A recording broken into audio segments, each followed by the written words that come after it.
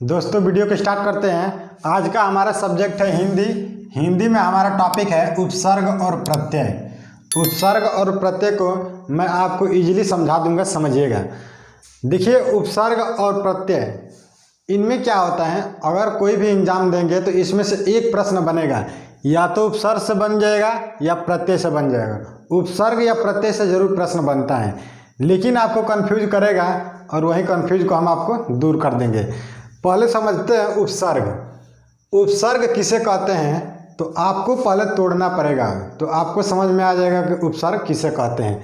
देखिए, उप का मतलब होता है समीप और सर्ग का मतलब होता है सृष्टि करना। उप का मतलब होता है समीप और सर्ग का मतलब होता है सृष्टि करना। इसी को मिलकर बनता है उपसर्ग, यानी उप प्लस सर्ग से क्या बनता है, उपसर्ग। तो उप का मतलब होता है समीप और सर्ग का मतलब होता है सृष्टि करना। यानी इसका मतलब यह हुआ कि कोई शब्द समीप आकर, यानी उस शब्द के समीप यानी नज़दीक आकर उसके अर्थ में परिवर्तन कर दे, उसको बोलते हैं उपसर्ग। अब यहाँ पर आप लोग समझिएगा, इसकी परिभाषा क्या हो गई। जो शब्दांश, अगर प्रश्न पूछेगा पेपर में कि उपसर्ग किसे कहते हैं, तो जो शब्दांश शब्द के आदि में आकर उनके अर्थ में परिवर्तन कर दे, उसको बोलते हैं उपसर्ग।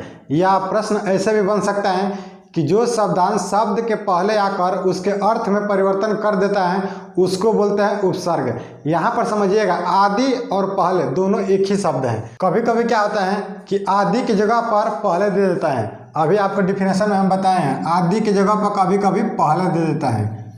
अभी समझते हैं हम इसको। तो देखिए, डिफिनेशन आपको बता दिए। अब इसमें कुछ इंपॉर्टेंट प्रश्न है, उसको लिख लीजिए। देखिए, पढ़ेंगे हम वही जो परीक्षा में आएगा, फालतू हमें पढ़ना उतना ज़रूरत नहीं है। जो एग्जाम दृष्टि इंपॉर्टेंट प्रश्न है मैं इसको बता दे रहा हूँ, सिर्फ आप नोट डाउन कर लीजिए, पेपर में यही आएगा। प्रश्न पूछेगा कि उपसर्गों को कितने भागों में बांटा गया है, तो ऐसे तो 5 भागों में बांटा गया है, लेकिन भाग नहीं पूछता है। देखिए, भाग नहीं पूछेगा, लेकिन प्रश्न यहाँ से बनता है कि संस्कृत में उपसर्गों की संख्या कितनी होती है, तो संस्कृत में उपसर्गों की संख्या होती है 22। कितनी होती है, 22।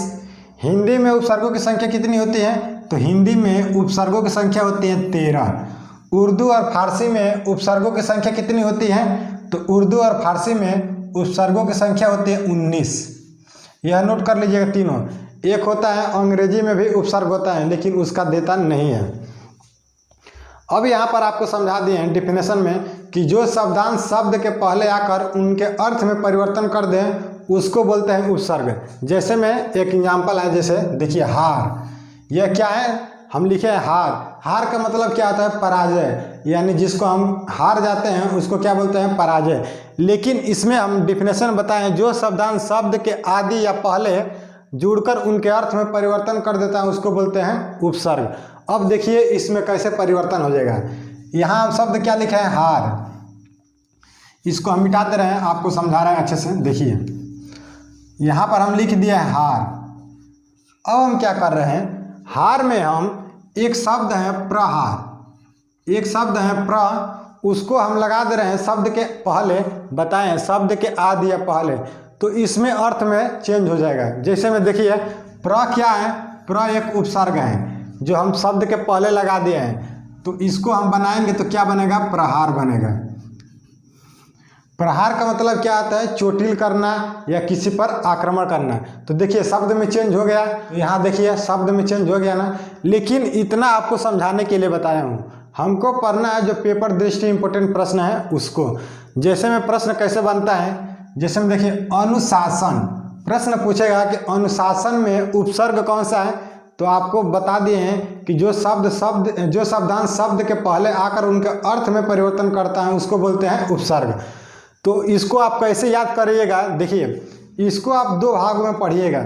जैसे में देखिए अनुशासन क्या है, अनुशासन, तो पहले शब्द कौन आ रहा है, अनु आ रहा है, तो इसमें उपसर्ग क्या हो जाएगा, अनु हो जाएगा। इसमें उपसर्ग क्या हो जाएगा, अनु हो जाएगा, और यही सही हो जाएगा। इसको आपको 2 भागों में पढ़ना है। जैसे बताया हूँ, अनुशासन है तो क्या पढ़ेंगे, अनुशासन, अनुशासन। आगे समझ में, जैसे में अगला है अवगुण। अवगुण को क्या पढ़ेंगे, अवगुण, क्या पढ़ेंगे, अवगुण। तो इसमें क्या हो जाएगा, उपसर्ग अ हो जाएगा। इसमें क्या हो जाएगा, अ हो जाएगा। बिल्कुल ऐसे आएगा एग्जाम में, देख लीजिएगा। अगला है अत्यधिक। तो अत्यधिक को कैसे पढ़ेंगे, अत्यधिक, अत्यधिक। तो इसमें क्या आ गया, उपसर्ग अति आ गया, ये करेक्ट हो जाएगा। अगला है निर्जन। निर्जन को क्या पढ़ेंगे, निर्जन, निर्जन। तो क्या आ रहा है, नीर आ रहा है, तो इसका उपसर्ग क्या आ जाएगा, नीर हो जाएगा। ऐसा कीजिएगा कि एक दो बार आप प्रैक्टिस कीजिएगा बुक निकालकर, आपको बिल्कुल याद हो जाएगा। इतना कॉन्फिडेंस मैं रखता हूँ आपको बिल्कुल याद हो जाएगा। अब देखिए आपको समझा दें उपसर्ग, जरूर पेपर में आपको एक प्रश्न देखने को मिलेगा, इतना कन्फर्म है। आप प्रैक्टिस सेट निकालिएगा और हल कीजिएगा उपसर्ग और प्रत्यय। अब पढ़ते हैं प्रत्यय। तो देखिए प्रत्यय में क्या होगा, यहाँ पर उपसर्ग में शब्द के पहले लगता था और यहाँ शब्द के बाद में लगेगा। शब्द के बाद में लगेगा तो नया रूप ले लेगा। जैसे देखिएगा इसका डिफिनेशन क्या हो जाएगा प्रत्यय का, जो शब्दांश शब्द के अंत में जुड़कर नया रूप ला देता है उसको बोलते हैं प्रत्यय। यानी डिफिनेशन में आप कह सकते हैं कि जो शब्दांश शब्द के अंत में लगकर उसको नया रूप दे देता है उसको बोलते हैं प्रत्यय। जैसे में दो एग्जाम्पल इसका भी है, इसको भी लिख लीजिए, यहाँ से प्रश्न बन जाएगा। प्रत्यय के कितने भेद होते हैं, तो प्रत्यय के 2 भेद होते हैं, यह कन्फर्म है। उपसर्ग में तो कन्फर्म नहीं था, लेकिन प्रत्यय में कन्फर्म है। प्रत्यय के कितने भेद होते हैं, प्रत्यय के 2 भेद होते हैं। एक होता है कृत प्रत्यय और दूसरा होता है तद्धित प्रत्यय। यहाँ से प्रश्न बन जाएगा, प्रश्न पूछेगा कि प्रत्यय के कितने भेद होते हैं, तो प्रत्यय के 2 भेद होते हैं। एक होता है कृत प्रत्यय और दूसरा होता है तद्धित प्रत्यय। देखिए जो एग्जाम दृष्टि है उसको पढ़िए, ज़्यादा हमें डिटेल नहीं पढ़नी है। देखिए इसमें क्या होगा, हम बता दिए हैं शब्द के अंत में लगा रहता है। अब देखिए इसको कैसे पहचानेंगे। जैसे में एक एग्जाम्पल है दयालु, क्या है, दयालु। यहाँ पर एग्जाम्पल आपको समझाने के लिए बताऊँ, जैसे उपसर्ग में बताए थे हार पर, वैसे इसमें बता रहे हूँ दयालु पर। अब इसमें समझिएगा यहाँ पर कैसे इसको हम पहचानेंगे कि प्रत्यय कौन सा है। जैसे में शब्द है दयालु, तो हम बताए हैं कि इसमें क्या होगा, शब्द के अंत में रहेगा। तो दयालु पढ़ेंगे तो क्या पढ़ेंगे, दयालु, दयालु, आलू आ रहा है ना, तो इसमें क्या प्रत्यय हो जाएगा, आलू हो जाएगा। इसमें प्रत्यय क्या हो जाएगा, आलू। यह आप कैसे हल कर लेंगे, तो आपके बोली पर ही हल कर लेंगे। जैसे आप बोलेंगे और अंत में जो आपका साउंड आएगा वहीं उसका प्रत्यय होता है। उपसर्ग में जो शब्द के पहले आपका बताए हैं, यानी इसको भी आप पहचान सकते हैं कि जैसे आपकी ध्वनि जो पहले आ रही है वहीं उसका उपसर्ग हो जाता है। प्रत्यय में क्या होगा कि जो ध्वनि आपकी बाद में आ रही है वहीं आपका प्रत्यय हो जाएगा। जैसे दयालु बताए हैं, तो दयालु क्या आ रहा है, दयालु, आलू आ रहा है ना, तो आलू इसमें क्या हो जाएगा, प्रत्यय हो जाएगा। प्रश्न पूछेगा कि दयालु में कौन सा प्रत्यय है, तो आपका आंसर होना चाहिए आलू। पेपर में क्या बनाएगा, लू भी ऑप्शन बना देगा, लू भी ऑप्शन में बना देगा, तो इसका प्रत्यय करेक्ट क्या हो जाएगा, आलू हो जाएगा। एक और एग्जाम्पल देखिए, जैसे है घुमक्कड़। घुमक्कड़ में प्रत्यय क्या होगा, तो घुमक्कड़ बोलिए, घुमक्कड़ क्या आ रहा है, अंत में अक्कड़ आ रहा है, तो इसका प्रत्यय क्या हो जाएगा, अक्कड़ हो जाएगा।